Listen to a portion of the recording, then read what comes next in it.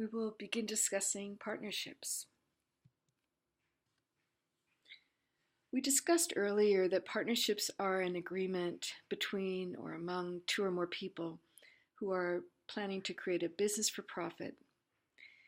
By creating a business for profit, this means that creating profit was the goal. If the business in fact loses money, it's still a partnership because it was their goal to create a profit. And as we mentioned earlier, joint ventures are simply sort of a limited form of a partnership. They're limited in duration or in the scope of their activities. Something not mentioned earlier was partnership by estoppel, sometimes called purported or ostensible partnership. This is when it appears to a third party as if there was a partnership. In other words, a reasonable third person, it appears as if there was a partnership, and in such case, this is the equivalent of an ostensible principle, back when we were discussing agency. It's the same idea of protecting the reasonable expectations of third parties, and it will come up again when we talk about the partnership liabilities. The duties among the partners themselves. Each partner is a fiduciary for every other partner. They have a duty not to secretly profit, which is a nice way of saying stealing money from the partnership. They have a duty not to compete with the partnership. This can be waived if the partners know all of the material facts and agree to waive the conflict. There's a duty to serve the partnership. In other words, every partner has a duty to work for the partnership, and they don't necessarily have any right to compensation. In other words, they don't have a right to be paid a salary. Their compensation will be in whatever their profit share is. Sometimes people refer to silent partners. That term doesn't have any legal meaning. What it probably means is that the partners agreed among themselves that one of the partners simply wasn't going to be doing any of the active management of the business. The typical way that this happens is that two people create a partnership because one person has a lot of creativity, skill, knowledge, but no money, and someone else is the money person. Oftentimes that money person, although it's just a partnership, that person is contributing the money, it's understood that they're not going to be participating actively in the business. If that's what their agreement is, then such a person doesn't have a duty to serve the business, they're simply putting in the money. The interesting thing about partnerships is that they're very flexible. You can make them be whatever you want them to be. If you agree to it, that's your agreement. There are a lot of default rules in partnership, but almost all of those can be overridden by partnership agreement. There is a duty to act with care. There's a duty to act in the best interests of the partnership. You have a duty to act with actual authority and a duty to maintain confidentiality that may continue even after the partnership or joint venture terminates. Now, how do partners get paid? As mentioned just now, unless they agree otherwise, they don't get paid a salary, but they do share profits and losses. Again, unless it's agreed otherwise, they'll be in equal shares. Partnerships are flexible ideas. You can agree to unequal distributions of profits and losses. You could agree that the parties are going to share profits 70-30, but losses 50-50.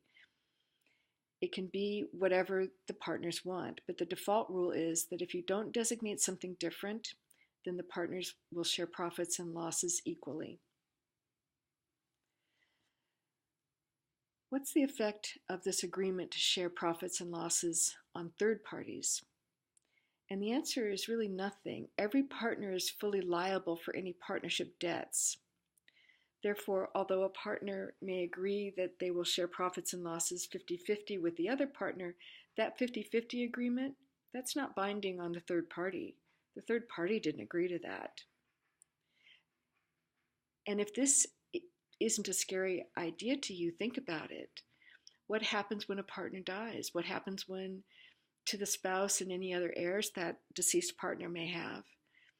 Obviously, the spouse or other heirs will take rights only as good as the deceased partner. So if there's a partnership with 5 people each owning 20%, and one of these people dies, the heirs are going to get an interest equal to 20% of the partnership assets. But again, notice that the effect of profit sharing on creditors is really nothing. They have a right to pursue any and all of the partners for 100% of whatever is owed to them. Okay, partnership liability. Partners are liable, and again, there is 100% liability here. And creditors may take not only all of the partnership assets, but if that's not sufficient, they could go after the partner's personal assets. There is vicarious liability for any tort committed in the course of partnership activities. So that could be a tort committed by an employee of the partnership or a tort committed by any partner of the partnership. This should look like a familiar test to you because it's the same test we use for respondeat superior. Basically, we're asking, was this tort committed in the course of partnership business? Was this person working at the time the tort occurred? If so, the partnership is liable, and ultimately each partner is liable. What about contract liability? Each partner is liable for any contract entered by a partner or an agent who had authority. Again, this is really paralleling what we learned in agency law. There's actual and apparent authority, and under actual authority, it could be express or implied. Ask yourself, was there a partner who had authority? If so, the partnership will be liable. Under agency law, we learned, same idea, if the agent is representing the partnership, did that agent have authority? If so, then the partnership's liable. Again, and similar to what we learned in agency, take note of the concepts of ratification, novation, and estoppel. Ratification is when a party would not be liable on a contract, but after they learn all the material facts, they choose to become liable. With novation, a party is substituted in for another party. So let's say the landlord has an agreement with ABC Corporation to lease the space for 5 years. After 1 year, ABC Corporation goes out of business, and instead, a partnership of Laura and Teresa wants to move into that space. Novation would be if the landlord agreed to substitute out ABC and substitute in Laura and Teresa. Estoppel is a general equitable idea that applies when it's grossly unfair to allow the parties to escape liability. This is a general equitable remedy. What about criminal liability? Are the partners liable criminally for one another's activities? The general answer is no, because as we learned in agency law, criminal liability is normally personal only to that person who committed that criminal act. However, there's one big exception called RICO, R-I-C-O. RICO is an acronym for the Racketeer, Influenced and Corrupt Organizations. It's a federal law, and it was originally designed to go after organized crime. Contrary to what most people think, almost all criminal law is state law, not federal law.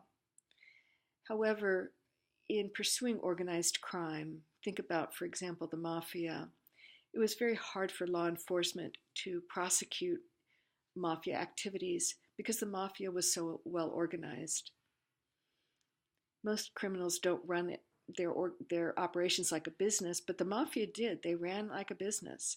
So they had operations in many different jurisdictions. And it was hard. For example, if a crime was committed in Connecticut and then the perpetrator went to New York, it was hard to coordinate criminal liability in Connecticut with New York, keep going. You can see how hard it is once criminals cross state lines. And the federal government said, you know what, this really takes a more coordinated law enforcement effort that can cross state lines. Federal law enforcement really has to step in here. And that is what RICO was designed to go after. The definition of RICO is pretty broad. It's when two or more people are engaged in a pattern of criminal behavior. Think about that definition. That just sounds like a criminal partnership.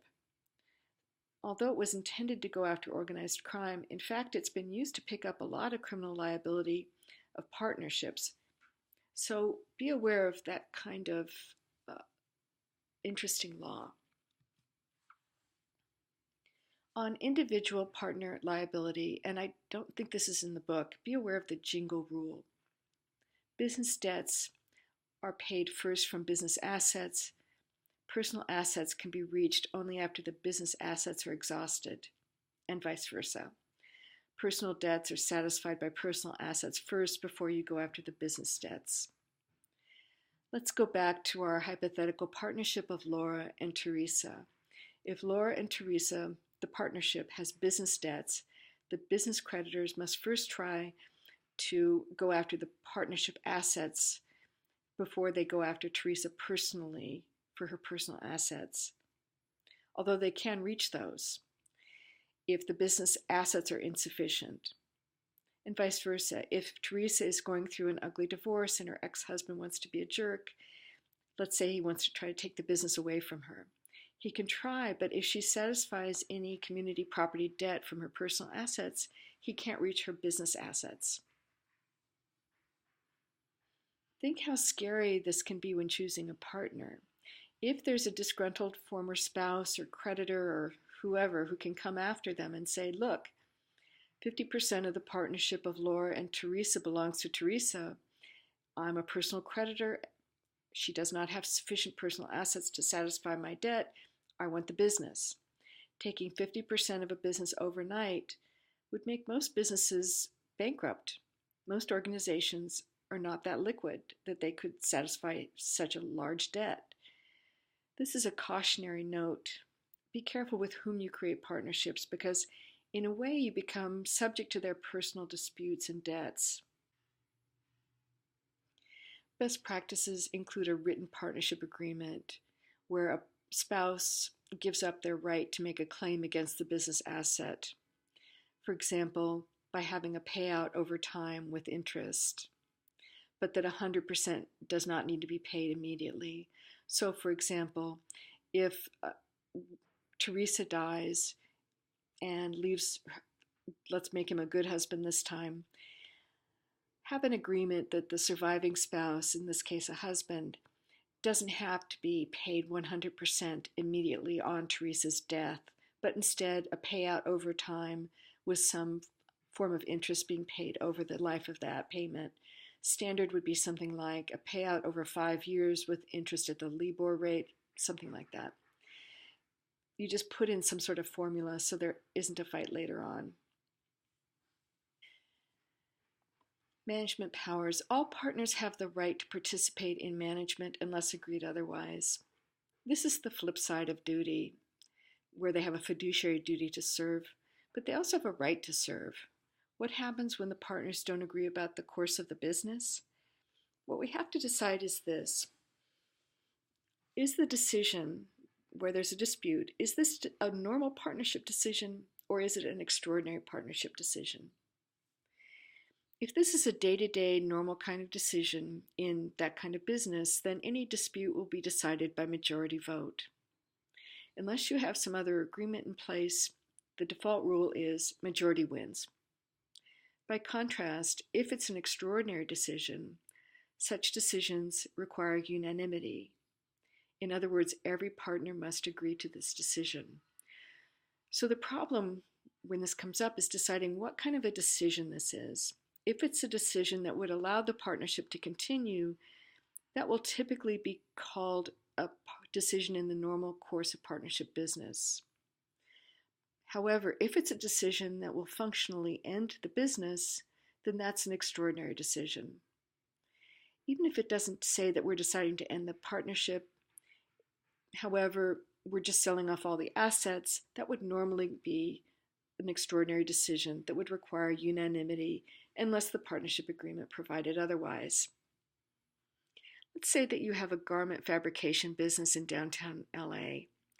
You own your building downtown, you own all the equipment inside, You plan to sell off the building and all the equipment. This will probably end your business, so this would be an extraordinary decision. Selling off all the assets of a business like this would be extraordinary, and it would therefore require unanimous partnership agreement, and again, unless the agreement provided otherwise. There are exceptions to everything, including this example. There are some businesses where selling off the entire inventory is the purpose of the business. For example, if you go into residential home development, you're buying plots of land, you're building homes on them. What are you doing? Well, you're hopefully selling all of them. The goal in that industry is to sell off all of your assets, basically. So to agree to sell off all the property you own, the houses that you owned, that would not be an extraordinary decision. That would be a typical business decision.